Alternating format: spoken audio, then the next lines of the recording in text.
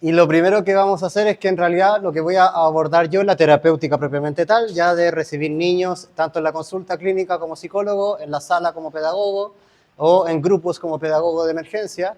En realidad, en cualquiera de las disciplinas en las que me desempeño, generalmente tiene que haber alguna aproximación de cómo hacemos la intervención, ¿sí? Yo habiendo trabajado en programas de Sename en Chile, que sería el DIP aquí en México, comprendo muy bien cómo es la dinámica de la relación, informe a tribunales y todo eso, más o menos cómo funciona. Pero sí lo que me encontraba regularmente era que había un modelo de trabajo que nosotros ocupamos Barudi, digamos un modelo de trabajo que también es bastante como quizá hoy día que no va tan acorde con los tiempos, un modelo de trabajo que realmente intelectualiza demasiado a los niños, ¿sí? Entonces la aproximación sí sigue siendo como psicologizante en el sentido que es demasiado verbal, es totalmente del habla, o si es que la terapia de juego, si es que la cajita de arena y uno que otro recurso, pero generalmente como la aproximación todavía total sigue siendo el que tendría que como llegar a comprender o integrar la experiencia a su propia vida, ¿ok? Pero eso realmente en muchos aspectos carece del conocimiento de lo que un ser humano necesita para llegar a ese punto, ¿sí? Lo que un ser humano necesita para llegar a ese punto, es decir, lo cognitivo y lo simbólico, es todavía pasar por todo el ámbito físico, ¿ok? Entonces, del ámbito físico va de abajo hacia arriba, es decir, piernas, brazos y el pecho. Entonces, cuando encontramos trauma, nosotros vamos a encontrar que, por ejemplo, hoy día lo que se conoce como la teoría polivagal, no sé si la han escuchado alguna vez, la teoría polivagal hoy día es la teoría como por excelencia que se ocupa en el tratamiento de trauma desde el punto de vista psicológico, y la teoría polivagal habla de que realmente el trauma deja una huella en el cuerpo, y una huella muy grande en el cuerpo, que interviene en los procesos rítmicos del corazón y el pulmón, y que interviene en los procesos cerebrales, y cómo los órganos se enferman porque el nervio vagal es un nervio que conecta todo el cuerpo, ¿sí? Es el nervio más largo que tenemos a lo largo del cuerpo. Entonces, en ese sentido, la manera antigua que se hacía de la psicología era una aproximación verbal y que el niño, digamos, lo tenía que llegar a elaborar, pero hoy día realmente eso queda bastante lejos a una reparación real, ¿sí? Entonces, vamos a armar un camino progresivo y ascendente de qué es lo que nosotros tenemos que ver y en qué lugar entra terapia, en qué lugar entra pedagogía, en qué lugar entra el Estado, ¿sí? Entonces, para eso vamos a hacer una aproximación desde el punto de vista de lo que es el ser humano, que plantea la ciencia espiritual antroposófica, ¿sí? De donde aparece la pedagogía curativa, pedagogía de emergencia, psicología antroposófica, que es un camino progresivo del ser humano y que tiene que lograr vincularse él mismo con el cuerpo físico, ¿vale? Ya, para esto va a ser requerido como que tengamos conciencia de algunas cosas antes. Entonces, de un niño de 0 a 7 años vamos a tener una madurez física, neurosensoria, sobre todo, que la cabeza madura. Entonces, toda la madurez neurosensoria tiene que ver con que el niño va a ser capaz de tolerar algunas cosas y otras que no, ¿sí? Cuando nosotros abordamos lo neurosensorio, ¿qué es? ¿Qué es lo que pasa con la teoría? Del punto de vista como está planteada, es que ya tenemos un ser humano, ¿cierto? Entonces vamos a encontrar que hay una dicotomía en el desarrollo del alma humana o del psiquismo humano y con el desarrollo del cuerpo humano, ¿sí? Pero desde el punto de vista de la psicología antroposófica, el cuerpo humano es el lugar en donde se sostiene lo psíquico, ¿sí? Entonces, si hay algo que en el cuerpo no está funcionando bien, va a tener una consecuencia psíquica inherente. ¿Me siguen? Eso es lo que la psicología tradicional ignora y que recién ahora se está acercando, al menos al cerebro con la neurología. Pero ignoran, por ejemplo, que en realidad la memoria no está solo en el cerebro. Eso es algo que recién están descubriendo, ¿sí? Algo que Steiner habla hace ya más de 100 años, de que la memoria humana no está solo en el cerebro, que el cerebro es un lugar que solo refleja, y todo el cuerpo humano tiene memoria, ¿sí? Entonces, esa memoria se activa, y cuando nosotros vemos que a un niño que se le deja solo con un hombre y tuvo un trauma sexual con un hombre, eso le va a traer una respuesta reactiva desde abajo hacia arriba al niño, ¿sí? Entonces, que va a ser generalmente una respuesta de huida o de agresión, si es que está como en un carácter de supervivencia mayor, ¿ok?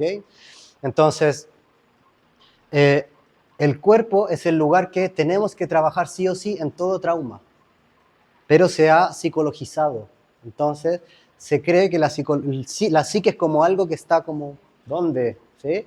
Porque además no se ha encontrado en el cerebro. ¿Sí? Esto, no sé si les conté ayer, pero se hizo una apuesta.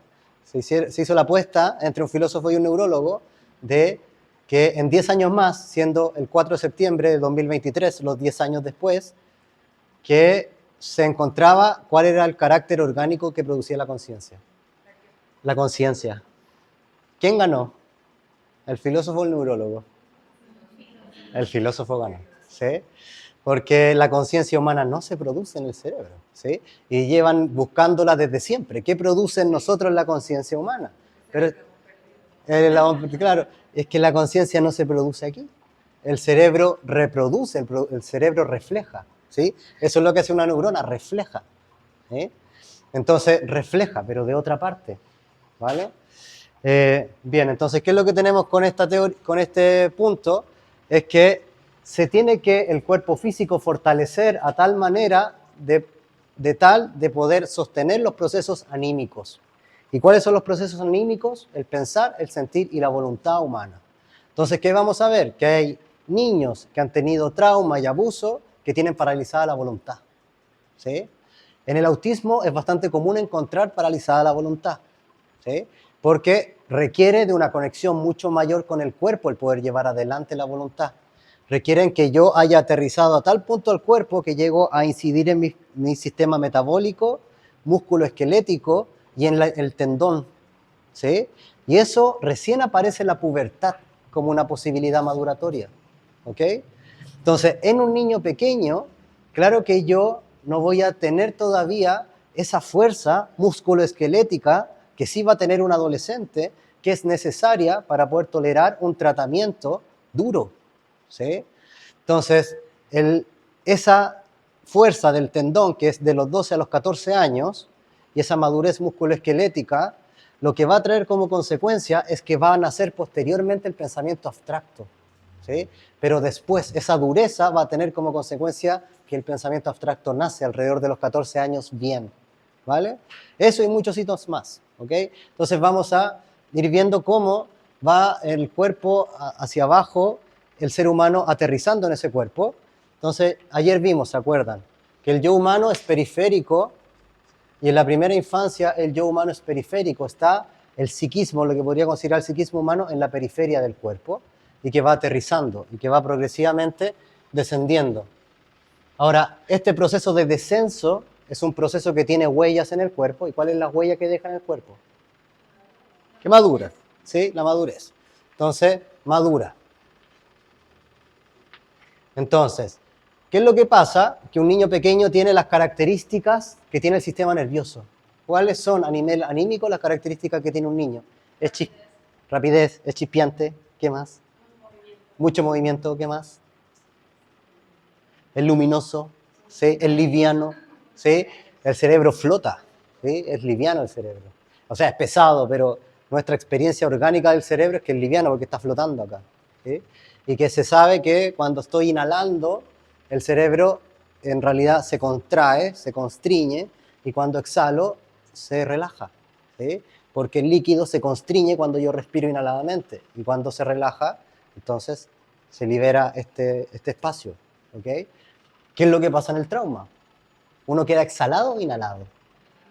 Inhalado, ¿sí? Queda todo constreñido, ¿vale?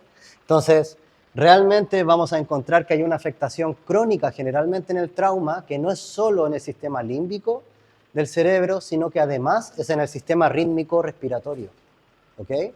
Entonces, sobre todo la inhalación y la respiración profunda es algo que es muy difícil de llevar adelante si hay un trauma, ¿vale? Y por tanto, para recuperar la salud, lo primero que tendremos que apuntar es a ese lugar. El primer lugar al que tenemos que apuntar es al ritmo, ¿vale? Porque el lugar del ritmo es el lugar en el cual está fundamentalmente la respiración, el corazón, y estos dos procesos orgánicos son procesos salutogénicos, ¿vale? Bien se sabe hoy día que una persona que duerme tiene una respiración de 4 pulsaciones cardíacas por una respiración. Lo vimos ayer.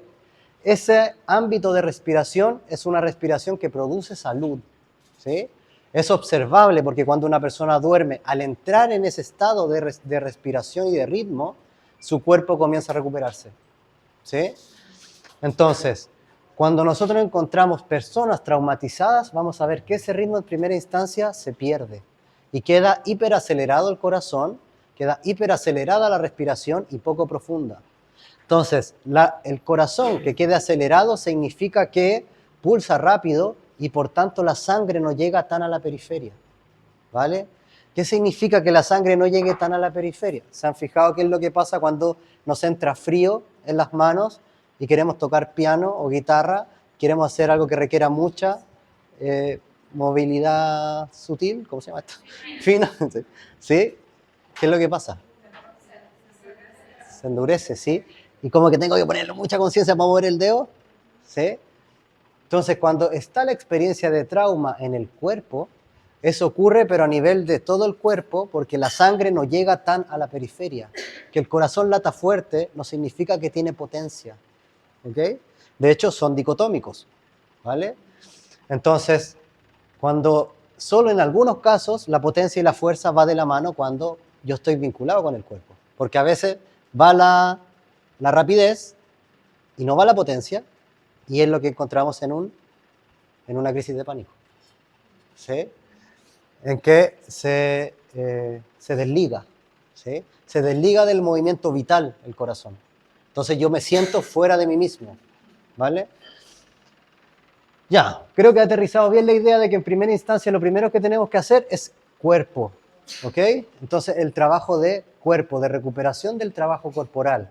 Entonces, sobre todo en abuso sexual, ¿qué es lo que pasa? Que hay regiones del cuerpo que son ajenas, ¿sí? Porque fueron invadidas por un otro sin consentimiento y que el frío de un otro, porque más encima ese deseo sexual es un deseo sexual que es caliente en la periferia y por dentro es frío, ¿sí? Esto es bien sabido, que cuando un niño, por ejemplo, tiene muchas experiencias frías en la vida, a un niño se le puede despertar el interés sexual sin que haya tenido una experiencia sexual. ¿Por qué se puede despertar eso? Porque es algo característico de nuestro cuerpo. Pero cuando se enfrían las fuerzas vitales que sostienen lo vital en el cuerpo, despierta las fuerzas corporales a tratar de calentar el cuerpo frío, ¿sí? Pero lo hacen desde las fuerzas corporales, porque falta el calor del alma, ¿sí? Falta el calor en los vínculos, falta el calor en los ritmos, falta el calor en que alguien me ame, en que alguien me vea. Cuando ese calor no está, el cuerpo hace despertar un propio calor que es el físico. Y ese calor es fundamentalmente calor sexual. ¿Soy claro? ¿Sí? Bien, entonces, ¿por qué vamos a apuntar en primera instancia al ritmo? Porque el ritmo es el que integra las fuerzas que van a la cabeza y las fuerzas que se producen en el sistema metabólico humano. Entonces, ¿qué es lo que ocurre con esto? Que cuando hay una experiencia traumática, y que quiero diferenciar, hay dos tipos de trauma que tenemos que tener bien diferenciados. Que es trauma, en términos generales, significa muy fácilmente que la experiencia excede los recursos del individuo, ¿sí? Entonces, cuando no puede ser integrado, la experiencia es más potente, más grande que lo que el individuo puede integrar y eso se convierte en un trauma, ¿ok? Existe lo que se llama trauma relacional.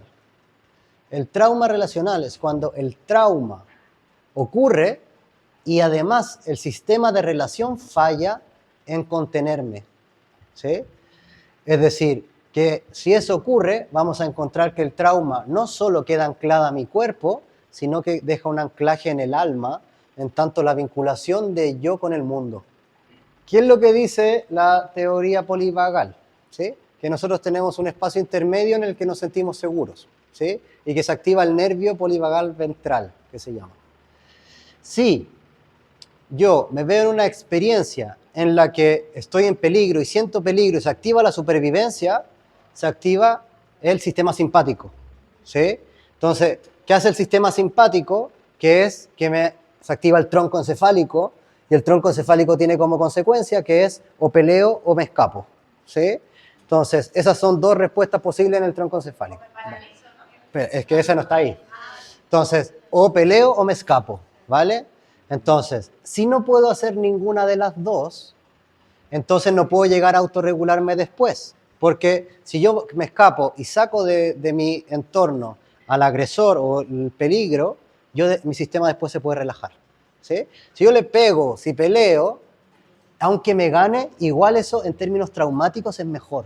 En el sentido en que una persona, se hizo este estudio ya, si uno está expuesto a una posibilidad de trauma en una experiencia de supervivencia, lo que más traumatiza obviamente es la parálisis, que eso es lo que conocemos como trauma orgánico, ¿sí? Cuando el trauma se establece en el cuerpo es cuando hubo parálisis, ¿vale? La huida produce una mejoría en relación a el trauma con parálisis, pero el pelear es mucho mejor que la huida, ¿sí?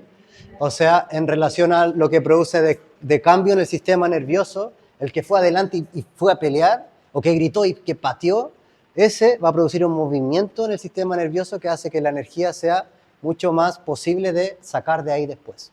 ¿Me siguen? Claro, no implode, ya. Entonces tenemos este nervio polivagal ventral, tenemos sistema simpático cuando se va hacia arriba, y cuando no puede hacer ninguna de las dos, se activa el nervio vagal medular, ¿sí? Espinal. Y cuando se activa este nervio, se paraliza todo el cuerpo, ¿sí? Y la parálisis de todo el cuerpo es lo que nosotros comprendemos como trauma, ¿sí? Entonces, un niño pequeño recién nacido sí puede traumarse, ¿sí? Puede traumarse porque se exceden sus recursos de que llora, que grita, y no viene nadie, y nadie lo regula. Entonces, el sistema cuando no puede más, se apaga, ¿sí? Que el trauma en niños se ve porque el niño es como que se apaga la tele, como que está llorando, y queda así. Y durante mucho tiempo queda así. Y de repente se duerme y como que se reiniciara, pero si eso ya pasó una vez, ese es un trauma muy grave, ¿sí? Si ese trauma ya ocurrió, es un trauma muy grave que quedó en la base del sistema nervioso, ¿sí? Y que influyó en los órganos, en su conformación. ¿Me siguen? Entonces, por eso el trauma es de los 0 años en adelante, porque claro, desde el psicoanálisis, de donde viene toda la teoría, el trauma tendría que ver con esta dicotomía entre la resignificación o lo que significa a nivel social y lo que yo viví, ¿sí? Vale, por eso, claro, desde este punto de vista no, el trauma puede ocurrir en cualquier punto de la vida. ¿Me sigue? Vale, ¿sí? ¿Se entiende este trauma relacional? ¿Hay una pregunta que no haya respondido? ¿Ah? De niños con niños. Sí, entre niños puede pasar eso, ¿sí? Pero claro, cuando un niño, una cosa es la experiencia que tiene y el sistema de regulación del niño está dentro del adulto. Entonces el niño va a tender a buscar al adulto como sistema de regulación. Y si eso no está disponible porque el adulto no está, o el adulto lo encuentra pero el adulto no estuvo disponible en ese momento, también se puede constituir como trauma. De que si a un niño de 2 años, de 3 años, lo abusaron, pero sí tuvo una respuesta por parte de los adultos que era contenedora, entonces si se constituye como trauma o no, el abuso propiamente tal para ese niño, ¿sí? Ya, en la experiencia del abuso sexual propiamente tal está la experiencia, y ¿qué es lo que encontramos cuando nos llegan a consulta niños en los cuales ellos develaron y los adultos no les creyeron? Que el abuso sexual pasa a segundo plano, ¿sí? Porque el primer plano es que el adulto no le creyó, que no confía en el adulto, que en realidad se vio tergiversado todo el sistema de confianza. Está lo que se llama el fenómeno de la traición, ¿vale? Entonces, sí hay una experiencia de abuso sexual, efectivamente es traumática porque el niño todavía no tiene con qué significar el sexo, ¿sí? No tiene ningún registro con el qué significar el sexo porque todavía no ha aparecido esa fuerza en su cuerpo, ¿vale? Que vamos a encontrar que aparece cuando ya ese yo comienza a descender, sobre todo desde aquí hacia abajo, ¿ok? Cuando ya pasa el sistema rítmico, va a pasar el diafragma hacia abajo, y acá abajo nosotros vamos a encontrar estómago, intestinos, todo eso. Ahí junto con eso va a despertar la fuerza sexual. Pero el yo de un niño todavía está afuera, ¿sí? Está arriba. Entonces, no se ha vinculado con las fuerzas sexuales que en nuestro cuerpo están abajo, ¿sí? Que es particular porque la flor tiene el órgano sexual en la cabeza, ¿sí? Y se entrega al sol, pero nosotros tenemos nuestro órgano sexual en la sombra, ¿sí? Entonces, todas esas cosas tenemos que tenerlas en consideración cuando abordamos el desarrollo humano, ¿me siguen? Entonces, claro, se va a constituir como trauma porque no tiene con qué el niño elaborarlo, pero sí ese trauma puede no anclarse en el cuerpo porque ya recibió una respuesta que puede descender eso, ¿sí? Entonces, ¿qué es lo que tenemos que hacer? ¿Qué es lo que tenemos que comprender? Esto se ocupa en pedagogía de emergencia. ¿Qué es? Pedagogía de emergencia, ¿qué es? Es cuando hay una catástrofe, por ejemplo, ahora que están en Gaza, hay una catástrofe, que sea guerra, sea terremoto, maremoto, etcétera. Los pedagogos de emergencia somos la tercera línea de intervención, ¿sí? Esta es la primera línea que van a que el conflicto se detenga, sacar supervivientes. La segunda línea, a ver que haya como un cierto orden, que puedan estar ahí. Y la tercera línea son los que ven alimentos, resguardo psíquico, resguardo médico, ¿sí? Para que lleguen profesionales y estemos ahí. Entonces, cuando llegamos ahí, lo que nosotros tenemos que hacer como pedagogos de emergencia es estas rondas, hacemos con esas rondas que iniciamos, y hacemos juegos, hacemos arte, movimiento, etcétera, a lo largo de todo el día con los niños, para que el trauma no se quede anclado en el cuerpo, ¿sí? Entonces queda un shock, hay un shock nervioso que dura entre 24 y 48 horas, y después hay un periodo de trauma que dura de las 48 horas a 2 meses. Entonces, si yo intervengo antes de esos 2 meses, que algunos dicen dura hasta 6 meses, si yo intervengo antes de ese tiempo, yo puedo trabajar el trauma antes de que sea algo crónico.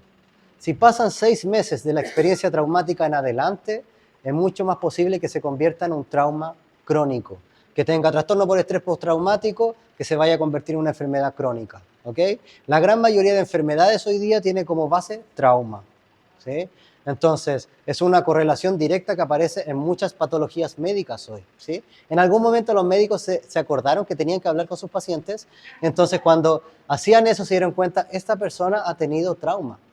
Un estudio, es un libro rojo, no me acuerdo el nombre, pero un médico que se acordó de eso, que tenía que hablar con sus pacientes. Él era oncólogo. ¿Y qué es lo que descubrió? Que el 70% de sus pacientes tenía trauma severo y además tenía experiencias que no había perdonado en su vida y tenía cáncer, ¿sí? El 70% de sus pacientes. Entonces tenemos trauma y el perdón, que es una línea que requiere otro estilo de trabajo para trabajar, ¿sí? Lo podemos hacer, pero no alcanza muy bien, ¿sí? ¿Vale? Entonces, hay una correlación directa en eso. ¿Me siguen? ¿Algo más iba a decir? Sí, al tiro. Sí. Entonces, con la pedagogía de emergencia, ¿qué es lo que hacemos? Movemos todo este sistema rítmico de manera que el niño no le quede el trauma en el cuerpo físico, ¿sí? Porque ¿qué es lo que pasa? Al animal, el animal no puede vivir con un agresor, porque el agresor se lo come, ¿sí? Entonces el animal, cuando tiene un agresor y va, hay un video de una suricata, no sé si lo han visto, que va una hiena, agarra una suricata, la suricata se hace la muerta. Entonces se hace la muerta y la deja ahí, y está lleno de hienas a su alrededor y la suricata se hace la muerta. Y la hiena necesita como que tenga vida para activar el instinto de muerte. Entonces, como se hace la muerta, no puede matarlo, ¿sí? Entonces ya se van. Después la suricata sale corriendo, cuando ya lo dejaron solo, sale corriendo y hace algo que los seres humanos no podemos hacer. Que hace así. Hace así. Y se va. Y sigue su vida. Tiembla y sigue su vida, ¿sí? Los estudios muestran que cuando un animal hace eso, toda la tensión del sistema nervioso del animal, mamífero, que tiene el sistema simpático, se libera, ¿sí? Pero cuando nosotros los humanos hacemos eso, nos queda igual en el cuerpo. ¿Sí? Años de terapia. Sí. Sí. Sí. Sí. Sí. Es muy importante movilizarlo de ahí, ¿sí? Entonces también está acupuntura, yoga, masajes, ¿sí? Pero que apuntan a... ¿Ah? Sí, sí, sí. Hay varias técnicas posibles con las que se puede hacer eso, ¿ok? Pero claro, no es como un tiritón, como el animal, no tenemos la misma suerte. Como que tenemos psiquismo. Entonces es más complejo con el psiquismo. Sí, no. Se le olvidó, sí. Sí. Se le olvidó, no tiene memoria. Sí. Sí. Sí. Eso es lo que pasa con los animales y con los humanos no. Que nosotros al tener yo tenemos memoria. tenemos recuerdos, ¿sí? Entonces deja grabado, tenemos una línea de vida. Los animales no tienen esa memoria que tenemos los humanos, no pueden recordar voluntariamente, ¿sí? Ahora, una característica bien importante es que los humanos podemos vivir con el agresor, ¿sí? Nosotros podemos vivir con la hiena en la casa, ¿sí? La suricata no, porque se la come, muere. Nosotros podemos vivir con el agresor en la casa. Entonces eso produce un estado nervioso recurrente, constante, ¿sí? Que lo que trae como consecuencia se llama una hipertrofia amigdalina, ¿sí? Que la amígdala del sistema límbico se agranda. Entonces las neuronas del sistema límbico, lo que hace la amígdala es decir, miedo, corre, peligro. También marca, le da un carácter emocional a todas las cosas que nos ocurren, ¿sí? Pero cuando se hiperatrofia, solo deja que en el cerebro entren percepciones que la amígdala las deja pasar. Entonces una persona que ha vivido trauma solo ve lo malo, ¿sí? Solo ve lo terrible, no ve otra cosa, ¿vale? Y eso lo tenemos que tener súper claro, porque cuando le decimos la vida es buena, a una persona así no le entra nada, ¿sí? Le mostramos lo bello de la vida, no le entra nada, porque está la amígdala hiperatrofiada, ¿sí? Entonces la amígdala hace un filtro de lo que viene como percepción y lo que va a entrar al hipocampo como memoria temporal, ¿sí? Entonces dicen, no, esto no va, porque mi experiencia de vida no ha mostrado eso. Ya he estado en peligro antes, no voy a dejar entrar un caballo de Troya. O sea, si yo no me he trabajado mi trauma y he vivido trauma, yo muy posiblemente voy a contagiar a otro, ¿sí? Esta es la psiquiatra, no me acuerdo este nombre, pero cuando habla de lo contagioso del trauma, lo compara como si yo he vivido trauma en mi vida, voy a tener una herida abierta. Si trabajo con personas que han sido traumatizadas, voy a tener trauma secundario, ¿sí? Porque su trauma me va a revivir el mío, ¿vale? Yo me voy a contagiar de su trauma y cuando me relacione con otros, voy a traumar a otros, ¿sí? Porque he normalizado una manera de relación que es traumatizante, ¿sí? Porque, a ver, ¿qué es lo que ocurre? Que yo estoy aquí, cuando tengo una experiencia traumática que no la puedo integrar, es disociativo. Entonces la experiencia me queda por acá. Pero hay una disociación que es tan fuerte que el trauma tiene, que se llama disociación en tercer grado, que tiene su propio ámbito de acción, ¿ok? Entonces me va a pasar que de repente un niño me lo activa y yo me activa ¿sí? Entonces yo me convierto como alguien muy agresivo, le grito, después pido perdón porque volví yo, y perdón, pero lo que hice ahí fue traumatizar, ¿sí? Porque actuó ese, no actué yo. Por eso es lo importante de que cuando trabajamos en trauma, tenemos que hacer un proceso nuestro primero, ¿sí? De integración del propio trauma. Ahora, hay varias técnicas modernas con las que hacer eso, ¿sí? Pero no quita el hecho de que vas a tener que igual acercarte a eso, revivir la experiencia. Cualquiera de las incluso hoy día lo moderno, el MDR, por ejemplo, el movimiento ocular, ¿sí? Hasta el año 2019 era como esto, alguien lo inventó, que era medio raro, que moviera el ojo. Y desde el año 2019 en adelante empezaron a aparecer estudios bastante importantes de esto funciona, ¿sí? Esto funciona y funciona bien.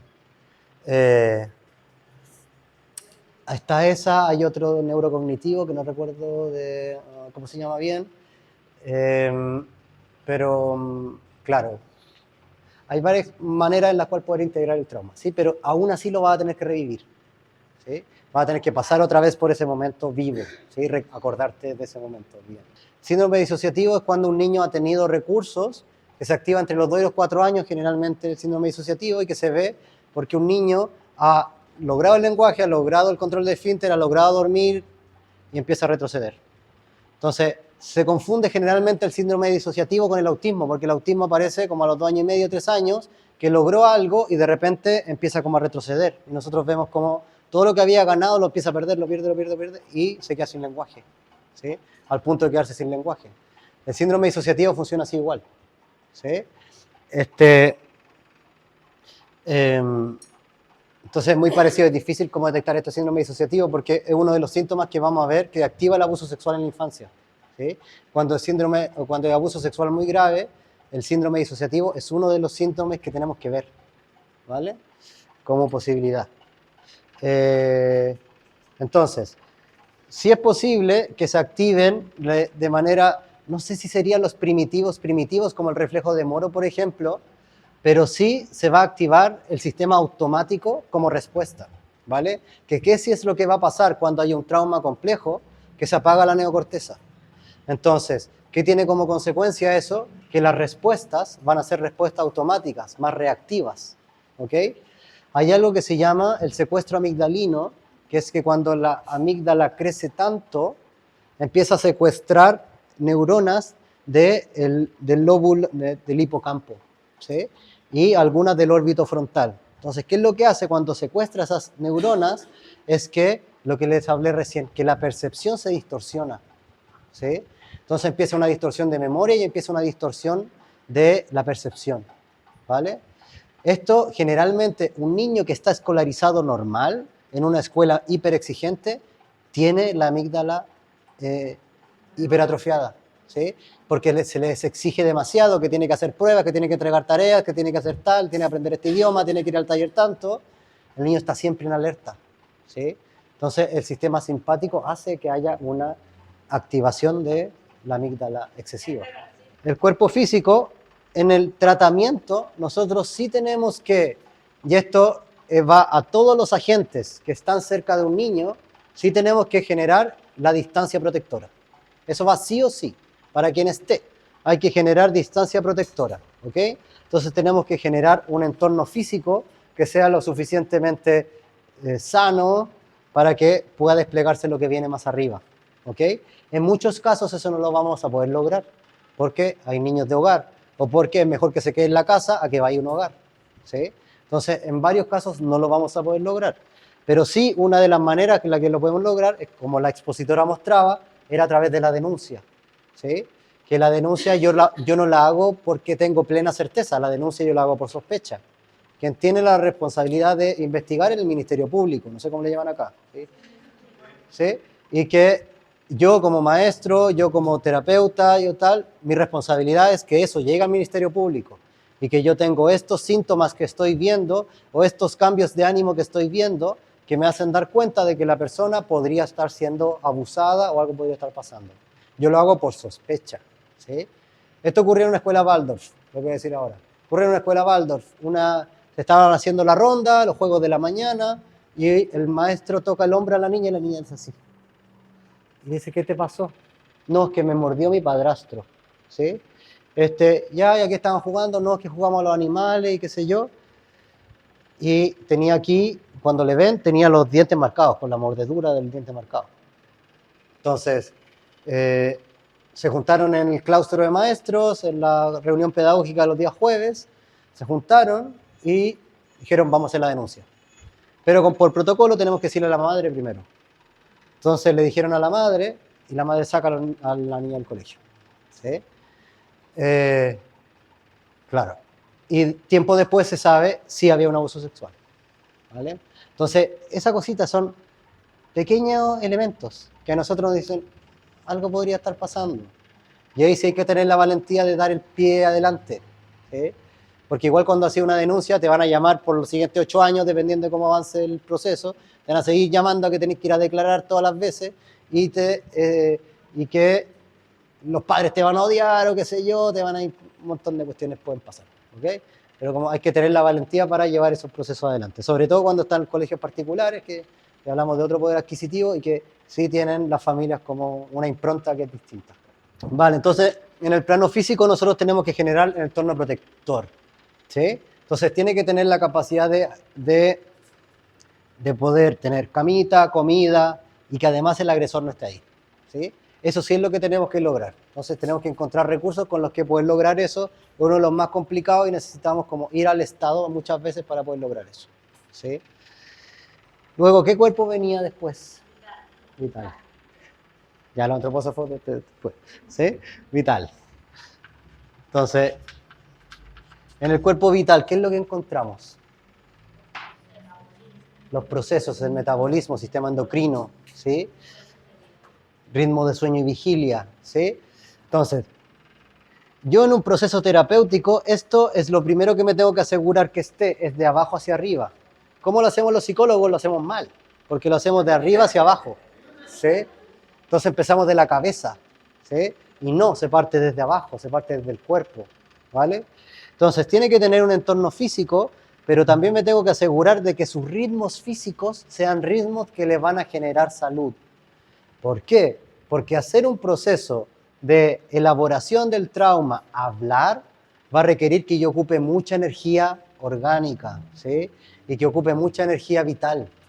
Entonces, si yo no duermo bien, si yo no tengo alimentos que sean alimentos sanos, ¿sí? Que en este caso son más los vegetales que las carnes, pero si no tengo alimentos que sean sanos, si estoy expuesto a ritmos que me desgastan, por ejemplo, el colegio hiperexigente, o que demasiada tarea, o que tengo exposición a pantalla sin límite, eso va a traer un desgaste, ¿sí? De manera como ineludiblemente va a desgastar mis fuerzas vitales. Si yo estoy con el celular en la pantalla, esto ya se sabe.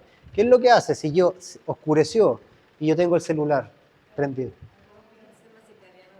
Sí, intervengo con el ritmo circadiano, pero ¿qué es lo que pasa a nivel orgánico? Hay una hormona que no se secreta, ¿cuál es? La melatonina, ¿sí? Y que la melatonina es opuesta a otra hormona, ¿cuál es? El cortisol, ¿sí? Son hormonas opuestas. Cuando una sube, la otra baja, y cuando una sube, la otra baja. Entonces, cuando la melatonina en el momento de la noche no se puede secretar porque yo tengo una pantalla enfrente, sea cual sea la pantalla que tengo, si tengo luz que entra por mis ojos, la melatonina no se secreta, ¿sí? Porque mi cerebro interpreta aún es de día, ¿ok?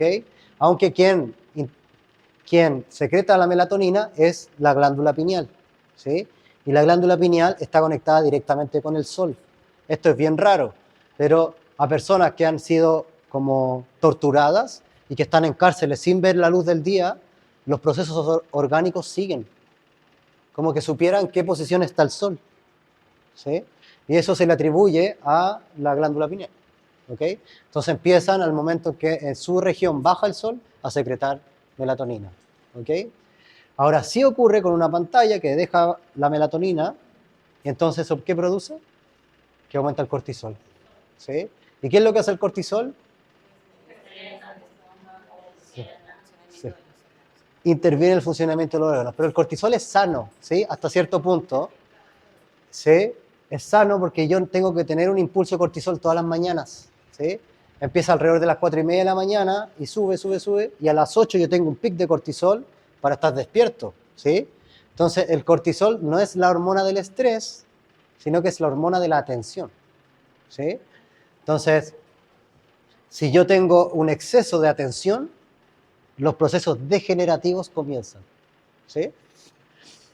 Entonces, por eso es necesario bajar ese exceso de atención. ¿Me siguen? Ahora, los ritmos vitales son el ritmo de sueño, el ritmo de alimentación, el ritmo de juego, porque si esto se sabe en niños, en estudios en niños, que cuando un niño está en un entorno que es muy exigente, tiende a estar más inhalado y su líquido encefálico más apretado, ¿sí? Entonces, eso tiene como consecuencia, además, que el sistema simpático está más activo, ¿me siguen? Entonces, un niño tendría que tener a lo largo de su día un ritmo que le permita exhalar. Y ese es el juego libre, ¿sí? O el momento en que puede relajarse y puede hacer por creatividad. No porque tiene que leer una cuestión que le dice lo que tiene que hacer, porque ahí tiene que nuevamente contenerse, actividades guiadas, contenerse, ¿ok? Entonces, acá, si vamos solo hasta acá, nosotros ya con la ronda que hacemos al inicio, le traemos a los niños que en vez de que llegue al setting terapéutico y ahí está la cuestión de juego y me presento, yo soy psicólogo tal, todo esto lo puedes ocupar, cuando quieras van a estar acá, etc. En vez de eso, yo llego, aquí hay una vela, prendemos la vela juntos, tengo el altar en mi sala, porque la devoción es algo importante de desarrollar en los niños, ¿sí? El que aunque no puedan confiar en los seres humanos, pueden confiar en la armonía del mundo en algún sentido, ¿sí? Sea cual sea. Entonces está la luz siempre va hacia el cielo, y que hacemos un verso al inicio, ¿sí? ¿Por qué hacemos el verso que dice ahora al inicio? Porque es un verso que me ordena, ¿sí? arriba, abajo, atrás, adelante, izquierda, derecha, centro. ¿Sí? Son los 7 puntos cardinales. ¿Ok? Entonces, el centro es el equilibrio. ¿Eh? Y una persona que ha vivenciado trauma perdió el equilibrio. ¿Sí? Entonces yo tengo que, por todas las vidas, recuperar ese equilibrio que ha perdido. ¿Soy claro? Entonces, ese verso es arriba, abajo y abajo bien fuerte. Es importante que logren caer con los talones y que pisen. ¿Sí? Porque cuando hacemos esto, yo tomo conciencia de dónde estoy parado. ¿Sí? Aquí estoy. ¿Eh? Que cuando hay experiencias de trauma y abuso sexual, la despersonalización es algo típico. Que hay partes del cuerpo que la sienten como ajenas. Que ellos se sienten como ajenos de sí mismos. ¿Sí? Y eso da pie a que en la adolescencia aparezcan crisis de pánico, cortes, intentos suicida, porque claro que yo me percibo como lejos de mí mismo. ¿Sí? Entonces, caigo, aterrizo y después pum, pum, pum, y piso, y piso, y piso. ¿Sí? Entonces, eso me trae de vuelta. ¿Vale? Ahora, otro elemento más, que es el elemento rítmico de las canciones, y eso es cuerpo vital. ¿Sí? Entonces el elemento rítmico, la canción tiene un ritmo, y es un ritmo de 4, ¿sí? Es un ritmo de 4 cuartos. Yo le hablé de cuál es el ritmo de 4 cuartos en nuestro corazón y en nuestro pecho. La respiración, ¿sí? Es el ritmo sano cuando nosotros estamos durmiendo, ¿sí? Entonces hay 4 pulsaciones cardíacas por cada respiración. Es un compás de 4 cuartos, ¿sí? Entonces yo traigo ese compás de 4 cuartos en canciones, ¿vale? Y que dependiendo de la edad, si va a ser pentatónica, si va a ser diatónica, si va a cambiar las canciones, eso ya son especificaciones que lo vemos después. Pero si tiene menos de 17 años son pentatónicas, por varios motivos, y así va cambiando. Entonces, traigo ese ritmo, entonces el niño lo imita, ¿sí? Yo no les dije, vamos a hacer así primero, así después, ustedes ven y lo hacen, ¿sí? Y lo empiezan a hacer al tiro, y lo aprenden 2, 3 veces y lo hacen, ¿vale? Entonces, eso es algo que es propio del ser humano y que es este sistema que funciona cuando nos gestamos. El corazón empieza a latir intrauterinamente y la respiración extrauterinamente, pero son ritmos que van con nosotros y terminan cuando termina la vida, ¿sí? Entonces siempre nos acompañan. Entonces ese ritmo yo lo tengo que traer. Y en la consulta el niño llega, tiene el verso, tiene la ronda, que siempre es la misma, ¿sí? Siempre es la misma ronda. ¿Por qué siempre es la misma ronda? Porque ¿qué le pasa a una persona que ha sido politraumatizada? Que no puede predecir nada. No sabe nada de lo que viene después. Entonces todo su sistema está hiperalerta. Pero cuando llega a consulta, él sabe, vela. Yo después de 4 o 5 sesiones ya no tengo que decir nada. Llegan, agarran los fósforos, prenden la vela y se ponen frente mío, hacemos el verso y ya saben cuál viene después, ¿sí? Saben que se repite 3 veces y que la tercera vez es en silencio, ¿vale? ¿Por qué es en silencio la tercera vez? Porque ¿qué les pasa cuando lo hacemos en silencio? La cantamos adentro, ¿sí? Y se empieza a mover adentro, ¿sí? Entonces está como todo ese ritmo que lo llevamos al cuerpo y tal, y lo vamos interiorizando, y es una calma interior, que es un recurso que el adulto tendría que traerle al niño, que es, hay un video que es muy chistoso, que un niño está haciendo esquí, no sé si lo han visto, un niño está haciendo esquí y los papás le pusieron un micrófono. Entonces, ¿qué es lo que el niño dice cuando está haciendo esquí? Entonces el niño va y se cae y dice, no, ya tú puedes, vamos. Entonces sigue, si lo haces muy bien. Entonces es lo mismo que le dicen los papás a él, ¿sí? Entonces, eso que los papás dicen se internaliza, ¿sí? Y pasa a ser parte del self, ¿ok? Entonces, o parte del yo. El trauma en esa instancia, ¿qué se ha visto? Que la placenta y el líquido amniótico pueden filtrar una cierta cantidad de cortisol, ¿sí? Entonces la mamá puede estar traumada y puede estar en un estado de estrés, pero el líquido amniótico filtra la gran mayoría de cortisol. Cuando es crónico, hay un monto de cortisol que ya no puede filtrar, ¿sí? Y pasa, ¿sí? Entonces, ¿qué es lo que produce el cortisol a nivel orgánico? Comienza a destruir, ¿sí? A degenerar. Entonces, ahí sí vamos a encontrar que van a tener consecuencias orgánicas en su desarrollo, ¿vale? Si la mamá estuvo expuesta crónicamente a estrés, ¿vale? Porque si hay un estado natural en el embarazo en que la mujer pasa como un estado de ensoñación, ¿sí? Sobre todo los 3 primeros meses, eso sí tendría que lograrse. Lo voy a hablar antroposóficamente ahora, ¿ok? ¿Cómo funciona? Que el yo humano, puede haber solo un yo humano en un cuerpo humano, ¿sí? Entonces, para el niño trabajar sobre su corporalidad, tiene que el yo de la madre haberse ido. Entonces, ¿qué pasa durante los 3 primeros meses? La mamá tiene mucho sueño, duerme un montón, ¿sí? Entonces, todo el tiempo que la mamá está durmiendo, está el yo del niño trabajando sobre la corporalidad que va a ocupar a lo largo de su vida, ¿sí? Entonces, él tendría ahí, cuando trabaja esa corporalidad, lo hace con la materia que le entrega. Porque ¿qué es lo que pasa en el proceso embrionario? El niño recibe toda la sangre de la madre. El niño no le entrega nada a la madre. Abre esas venitas, las arterias y sangre de la madre al niño. ¿Sí? Todo el tiempo. Entonces, ese yo trabaja con la sustancia que hay. Lo hace de la mejor manera que puede con la sustancia que tiene. ¿Sí? Ahora, un yo puede ser más fuerte o más débil, tiene que ver con la encarnación anterior, lo que pasa en la vida post-mortem, cómo moriste, cómo viviste en la vida anterior, es bastante complejo, ¿sí? ¿Por qué un niño podría nacer con necesidades especiales, por ejemplo? ¿Por qué un niño podría nacer con ciertas dificultades? Habla de cómo funciona este proceso encarnatorio de vida en vida, ¿sí? Entonces,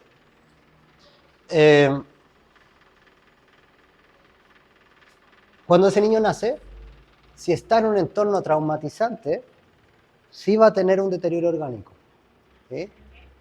Va a tener un deterioro orgánico. En la madurez del cerebro es mucho más pequeño el cerebro de un niño que vive ha vivido trauma, ¿sí? Siendo el cerebro más pequeño de todos y más atacado el niño que vivió negligencia, ¿sí? Negligencia, que vivió indiferencia por parte de los adultos. Si a un niño le pegaron, su cerebro va a ser más grande aún así, ¿sí? Porque tiene atención. Pero el que lo ignoran es el que va a tener un cerebro más pequeñito, ¿sí? En su desarrollo.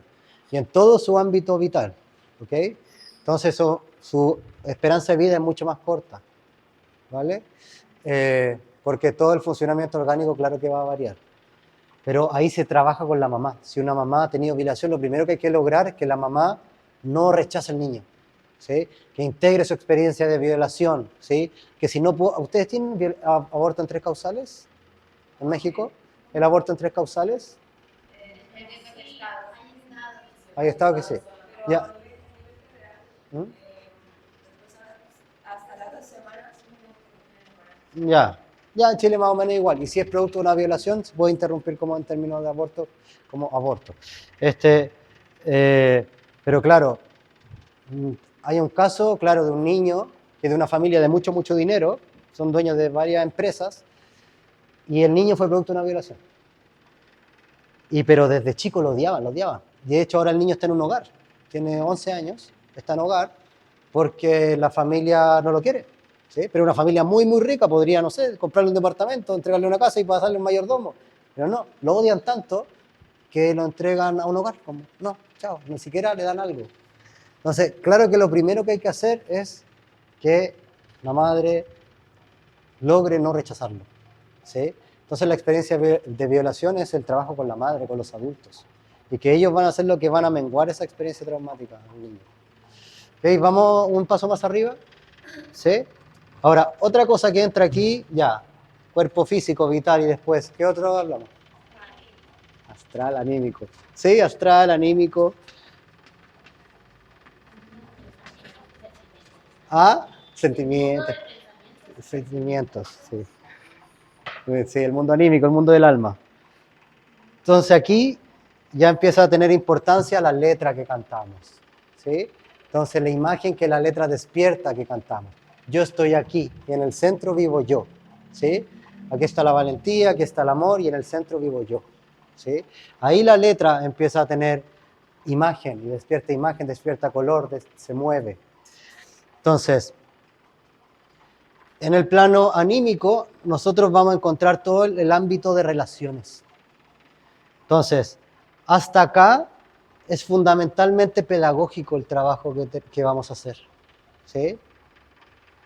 Entonces, yo con los niños pequeños en psicología, más bien hago pedagogía curativa. ¿Sí? ¿Por qué más bien hago pedagogía curativa? Porque tengo que recuperarle el cuerpo a ese niño. Tengo que recuperar sus fuerzas vitales. ¿Sí? Tiene que hacer algo que para él tenga sentido. Le tengo que traer imágenes bellas. ¿Sí? Entonces, imágenes armónicas que él ha perdido, les voy a contar un cuento. ¿Sí? De lo idílico. Y un cuento que le va a enseñar que lo que él vive después, le va a enseñar que lo que él vive puede ser diferente. ¿Sí? Para que no normalice ese ámbito de relaciones, pero se lo traigo con un cuento. ¿Sí? Entonces, yo generalmente ocupo los cuentos de los hermanos Grimm. Un cuento que me gusta mucho para los niños en esos casos es Juan de Hierro. ¿Sí? Juan de Hierro. Juan de Hierro que vive, lo alejan de sus padres, un gigante lo lleva, se lo lleva al bosque, tiene que cuidar y tal, y se los cuento en 3 sesiones distintas. ¿Sí? La primera es porque es súper largo, entonces lo narro la primera sesión, segunda sesión, tercera sesión. Y el niño sabe que hay un momento en el cuento de la terapia que es cuento. ¿Sí? El hierro, ¿sí? Mucha sangre, ¿sí? Juan de Hierro, ¿sí? El cuento de Marte. ¿Sí? Entonces Juan de Hierro es sangre, ¿sí? Él lucha, hay batalla, y todo el tiempo está... Sí. Porque claro, es un cuento como de resiliencia, ¿sí? Y que va adelante y sigue y lo logra. ¿Sí? Va. Ocupo Juan de Hierro. Otro cuento que cuento a los niños como con la imagen materna es Madre Nieve. ¿Sí? ¿Por qué Madre Nieve? Porque Madre Nieve tiene la dicotomía entre la madre que es su madrastra y mamá de su hermanastra y la Madre Nieve, ¿sí? La madre buena. Aunque ese cuento nos... ¿De qué habla ese cuento? Realmente atraviesa su umbral, ¿no? Habla del portal de la muerte. Sí, sí, sí. Habla, claro, del portal de la muerte y cómo es ahí, cómo te recibe el mundo cuando mueres. ¿Sí? Eso habla Madre Nieve. Entonces, en el ámbito anímico, aquí entra lo terapéutico, las intervenciones terapéuticas, que ya no es pedagógico, ¿sí? Entonces, los maestros aquí esto lo derivan a especialistas, ¿ok? Especialistas que puedan intervenir en la familia. Entonces, ¿qué es lo que pasa en el ámbito anímico? Que yo tengo que trabajar las relaciones, ¿sí? Entonces, ¿qué pasa? Que el ámbito anímico generalmente, si no se ha trabajado, se repite transgeneracionalmente. Lo vimos ayer, el abuso sexual es transgeneracional. Entonces, una de las cosas que yo tengo que hacer para trabajar con un niño que ha vivido abuso es que la persona, su adulto, que sí vivió abuso, tengo que trabajar con el adulto, ¿sí? Porque el adulto tiene que elaborar su propia experiencia de abuso para no pasársela al niño, ¿sí? Entonces, es un ámbito de relación que además están los roces entre que le creyó, que no le creyó, etcétera, etcétera. Pero sí, el ámbito anímico, aquí es donde empezamos a trabajar con adultos en términos psicológicos. Nosotros trabajamos solo en los cuerpos superiores, ¿sí? La terapia psicológica es terapia de habla, del habla. Entonces la terapia del habla trabaja el yo humano, ¿sí? Que está acá. Entonces, en esa parte, la terapia psicológica es esto, ¿sí? Las terapias artísticas, ¿sí? Entonces, en el ámbito anímico yo sí le trato de recuperar el plano anímico. Yo en realidad ahí derivo a terapeutas artísticas. Yo no hago el trabajo artístico, ¿sí? Entonces, si tiene que trabajar con sólidos platónicos, la terapeuta artística ve si tiene que trabajar con greda, con barro, si tiene que trabajar con pastel seco, con acuarela, ahí lo ve la terapeuta artística, ¿sí? Yo le derivo el caso y yo veo el ámbito anímico, ¿sí? En el plano de relaciones. Yo empiezo a intervenir en la familia, de qué manera está la jerarquía puesta, de qué manera está el machismo puesto en esta familia, cómo se han normalizado ciertos aspectos de creencia. Un terapeuta que trabaja en abuso sexual no puede ser neutro en la perspectiva de género. En la perspectiva de género, ¿sí? Un adulto que trabaja con abuso sexual, en realidad tenemos que tener conciencia de cómo funciona la perspectiva de género, ¿sí? Porque yo entiendo hoy día ONU, Agenda 2030, bla, bla, bla, bla, bla, que entiendo a lo que lo llevan, pero en el ámbito real, perspectiva de género, sí influye en el abuso sexual, ¿sí? Influye harto, ¿eh? de cómo un hombre se construye a sí mismo, de cómo se percibe un hombre, de cómo se normalizan ámbitos de relación. Todo eso yo sí lo voy a abordar en el ámbito anímico, ¿ok? Entonces lo voy a cuestionar, que hay ciertos patrones que para ellos son normales, porque así llegaron a un acuerdo mutuo entre ambos, pero yo lo tengo que cuestionar, ¿sí? Porque son patrones en que favorecen que la mujer quede en un estado de sumisión en comparación al hombre, ¿ok? Y o viceversa, ¿sí? Que no es la mayoría de los casos, pero pone el 5%, ¿sí? ¿Ok? Y luego tenemos el yo. En el ámbito del yo, aquí entra todo lo que es la capacidad de darle sentido propio a las cosas, ¿sí? Entonces, yo es el único que se puede mirar a sí mismo. Todos estos cuerpos se pueden trabajar, entre comillas, como desde afuera, ¿sí? Pero solo lo va a poder trabajar la propia persona. Y cuando tenga que intervenir aquí, igual va a tener que ser el que interviene aquí, igual va a tener que ser el que interviene aquí y que interviene aquí. ¿Ok? Entonces, el ámbito del yo es la capacidad de poder tener autoconciencia. ¿Ok? Autoconciencia. Entonces, en el adulto, cuando yo hablo del trabajo terapéutico, de integración a la biografía, de la experiencia traumática, el adulto tiene que tener un yo puesto ahí para poder hacer eso. ¿Cuántos años se demora en llegar 21. Claro, a los 21 años llega recién ¿sí? Pero ya vamos a encontrar en jóvenes de 17 años que sí tienen esa capacidad adelantada, porque ¿qué es lo que pasa? Si viviste trauma, tenés que sobrevivir, po. Entonces te adelantáis todo lo que podáis, los recursos te los traéis, los máximos recursos, que tenés que sobrevivir. Entonces, generalmente, está muy despierto, 16 años, de cómo llevar su vida adelante. Ahora, claro, ¿qué tiene esto como espejo después? Que son adultos que todo el momento que pueden son adolescentes todo el tiempo. Y aquí nosotros tenemos el pensar, tenemos el ¿Ah? Me invitan otra vez, vengo en febrero, ya vale, en febrero vengo otra vez. Pensar, sentir y voluntad, ¿sí? Entonces, aquí tenemos el aspecto ya puramente espiritual del ser humano. Entonces, en este aspecto nosotros sí, como terapeutas, como pedagogos, sí tenemos que ver qué es lo único que ese ser humano trae. Yo tengo que lograr percibirte en tu unicidad. Y es un aspecto de la terapia en que yo pueda acceder a quién realmente eres, sacando el que fui abusado, soy víctima, o tal, o que soy mamá, soy papá, tal. Sacar eso y llegar a tú eres tal. Si alguien me ve, aunque haya sido una persona en la vida, es suficiente, ¿sí? O sea, personas que han crecido politraumatizadas, pero que siguen a lo largo de su vida, significa que sí hubo alguien que los amó, ¿sí? Entonces, ese registro es un registro muy fuerte y basta con que uno te ame. A veces la abuelita, a veces la vecina, y que la vecina me veía de manera diferente, la vecina me cuidaba, me quería. Y ese registro es un registro con el que tú puedes avanzar el resto de la vida, ¿sí? Deja una huella, una impresión muy grande en el ser humano, ¿ok? Entonces aquí tenemos todo el ámbito espiritual que excede a estas cuatro cuerpos inferiores, ¿ok? Que también le podemos decir el yo con mayúscula a este, ¿sí? Que este sería el yo con minúscula, ¿sí? Steiner le dice el yo cotidiano y el yo superior. A ver, el abuso sexual produce síntomas en 2/3 de las personas, ¿sí? Entonces, solo 2/3 de las personas que han vivido abuso sexual van a tener algún tipo de sintomatología. 1/3 del total va a reprimirlo. Absolutamente reprimido, no se va a acordar, ¿sí? Si es que no ha sido crónico ni nada, no se va a acordar. O incluso si fue crónico. Recuerdo el caso de una mujer adulta que en un momento,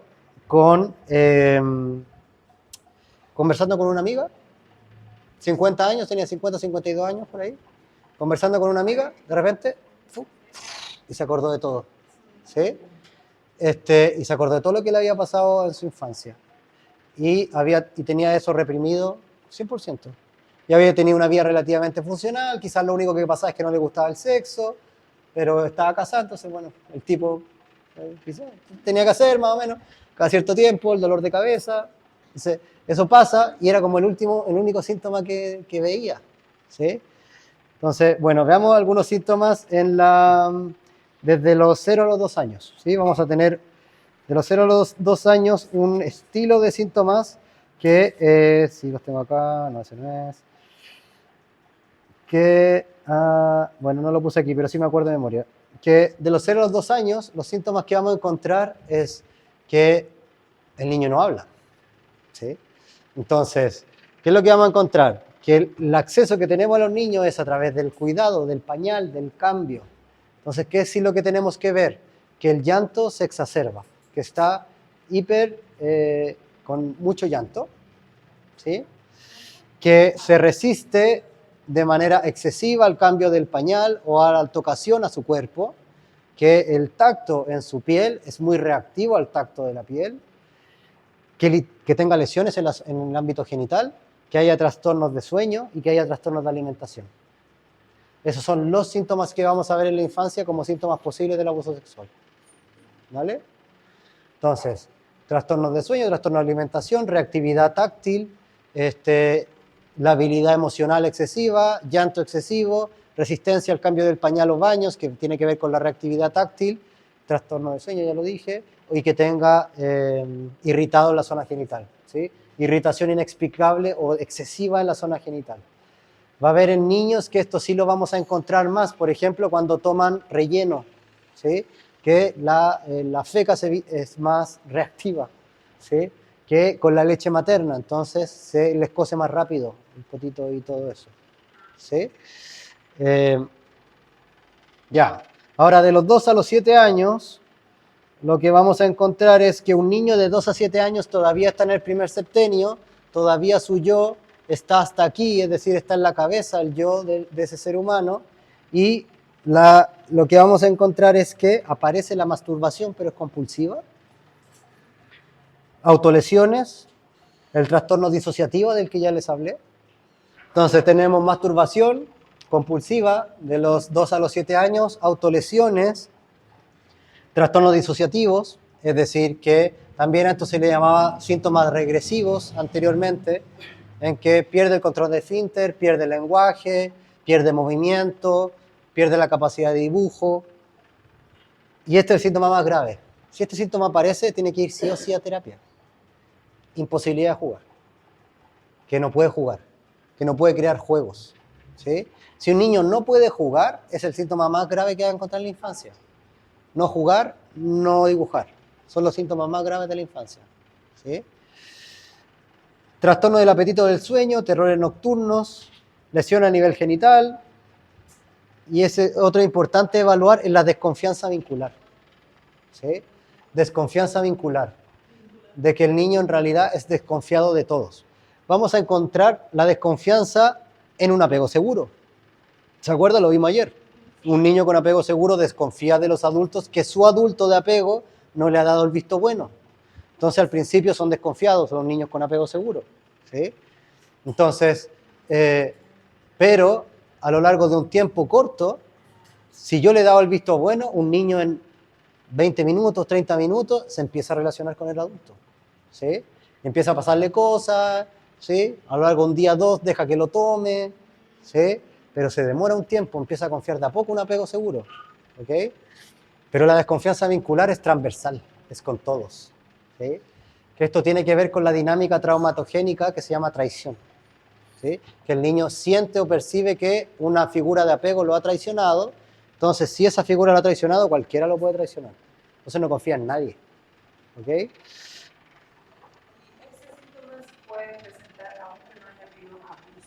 Todos estos se pueden presentar aunque no haya habido abuso sexual, ¿sí? O sea, ninguno de estos síntomas es exclusivo del abuso sexual. Es que eso es lo que hace tan complejo el fenómeno, ¿sí? ¿Ah? Sí. Que son estos síntomas. ¿Sí? ¿Tenía pregunta por allá?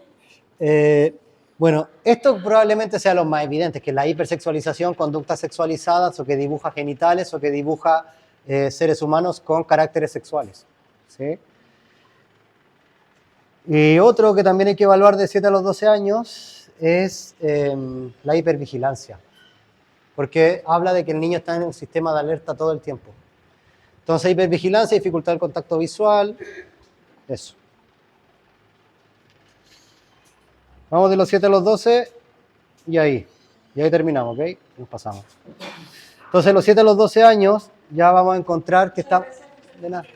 Sí, que estén bien. Chao. Gracias a ustedes. Vamos a encontrar de los 7 a los 12 años que ya se está acercando en el segundo septenio. En el segundo septenio, entonces el segundo septenio está dividido en de los 9 para acá y de los 9 para allá. ¿Sí? De los 9 para acá va a ser un niño más bien de primer septenio y de los 9 para allá, de los 9 a los 12 va a estar en la prepubertad y de los 12 en adelante en la pubertad. ¿Sí? ¿Ah? Sí. Entonces, ahí hay una variación importante que tomar en consideración, pero se tienen que tomar todos los síntomas anteriores como síntomas posibles que aparecen en esa época y que mordeduras, autolesiones diversas, intentos de suicidio, tendencia a tener secretos, cambios bruscos de conducta, aplaneamiento afectivo, incoherencia ideoafectiva. ¿Qué significa incoherencia ideoafectiva? Que te está contando algo súper triste y tú lo ves que no le afecta para nada, ¿sí? Porque te está contando algo súper alegre y tú lo ves con cara de nada, ¿sí? Que no hay algo que tú puedas leer lo que él está diciendo en su reacción física, ¿ok? Esto también aparece en los niños pequeños, que hay que ver enuresis, encopresis, ¿sí? La bulimia, anorexia nerviosa, rechazo, corte, autolesiones, ¿sí? Rechazo a ciertas prácticas familiares o religiosas, inestabilidad en el contacto, desconfianza y rencor hacia los adultos. Cuando veamos un apego desorganizado, que además ha tenido trauma, bueno, obviamente un apego desorganizado tuvo trauma, pero además ha tenido abuso sexual,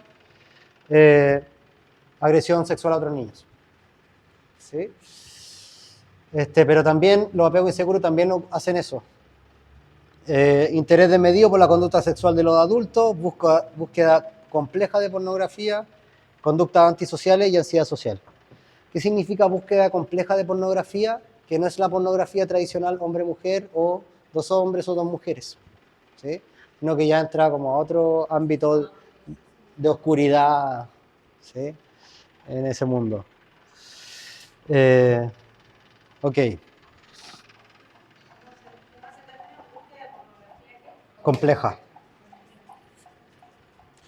Y hay 4 factores que tenemos que ver, que todo niño que ha vivido abuso sexual tiene alguna manifestación de las siguientes, que es estigmatización. Estigmatización significa que el niño ha construido su identidad en base a ser abusado o ser víctima. Entonces eso se permea en varios aspectos de su ámbito de relación, que se considera víctima de, ¿sí? O que está normalizado el abuso en él, ¿sí? La sexualización traumática es que aparecen como conductas sexuales inapropiadas, que no comprende muy bien los límites en los otros y que trata de coartar a los otros a que hagan cuestiones sexuales marcadas. La traición, de la que hablé, que no confía en nadie, porque ya su vínculo de apego primario lo traicionó, ¿sí? Y la indefensión, en que se percibe como incapaz de luchar, que más o menos como que tira la toalla. Dice, es un sentimiento de que no hay algo que yo pueda hacer para cambiar nada, ¿sí? Entonces, estos casos, ningún caso va a ser fácil, son todos casos complejos, y ¿qué es lo que tienen de complejo? Que el tratamiento dura entre 4 y 7 años, ¿sí? ¿Por qué? Si es con la misma figura, ¿vale? ¿Por qué tiene que ser con la misma figura? Porque con una figura va a replicar todo el apego y toda la traición y toda la estigmatización, lo va a depositar en una figura. Freudianamente sería transferencia, ¿vale? Va a transferir todo lo que él vivenció como normal, como parte de la vida, lo va a transferir a una persona. Y el proceso terapéutico y de sanación se va a jugar en que esa una persona tolere mi agresión. y que la tolere y que no me responda con agresión ni me responda de la misma manera que me respondieron a mí anteriormente. Si sostiene eso, una figura vincular durante 4 años, 7 años, dependiendo de la exposición que tenga, si es diaria, es generalmente 4 años, ¿sí? Y si no, 7 años, 10 años, si es una persona que tiene de manera esporádica, ¿vale? Esto se ve en los casos de niños adoptados, de hogar.